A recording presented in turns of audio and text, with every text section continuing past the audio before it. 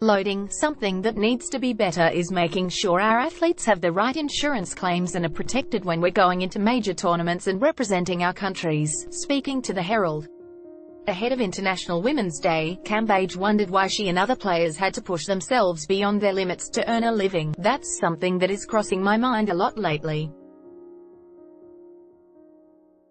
I'm so lucky that I have my family to look after me over the past few months, but if it was anyone else, she said, I couldn't pay my mortgage. I'm so lucky my family stepped in there. If it was anyone else, people would have to sell their houses. Consolation. Cambage and Rebecca Cole looked dejected after their Melbourne Boomers lost the WNBL Grand Final. Credit.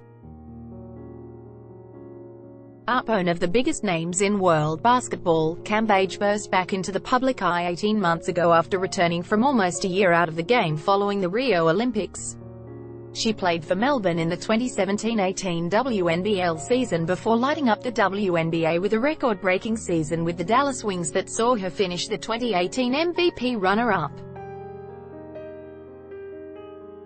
Next came Opal's duty for the 2018 FIBA World Cup in Spain, in which Cambage produced some of the best performances of her career to help Australia to the final against the US and earn a silver medal. But after 11 months of continuous basketball and 2 seasons worth about $100,000 each, Cambage still felt compelled to top up her income with a 7-figure contract with the Women's Chinese Basketball Association. I was so worried about losing that contract. Now we're in a place where I might not even see any of the money when it comes down to the insurance claims, she said. 2016 was my last time on a big contract overseas.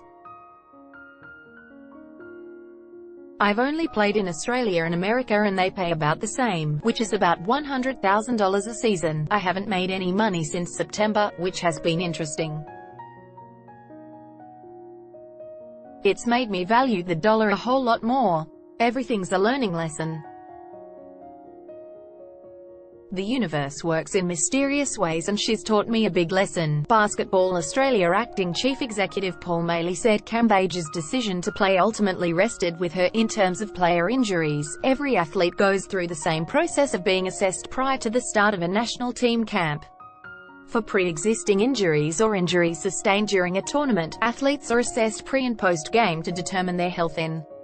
Decisions regarding playing are evaluated with the athlete and ultimately the decision rests with the athlete, Maley said. Body on the line, Cambage, here in action at the Olympics in Brazil, has told how she pushed herself to the limits but sometimes wonders why, and who for. Credit.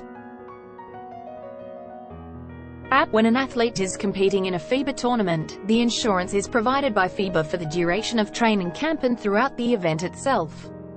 There is a defined time period for any claims and Basketball Australia are preparing a submission to FIBA to address Liz's situation. Despite the challenges, Cambage says she is staying positive and has her sights set on an April return to the court ahead of the new WNBA season. Which team she will play for is the big questions, after requesting a transfer from the Wings at the end of last season. After that comes national duty again, with the Opals gearing up Olympic qualifiers at the end of the year.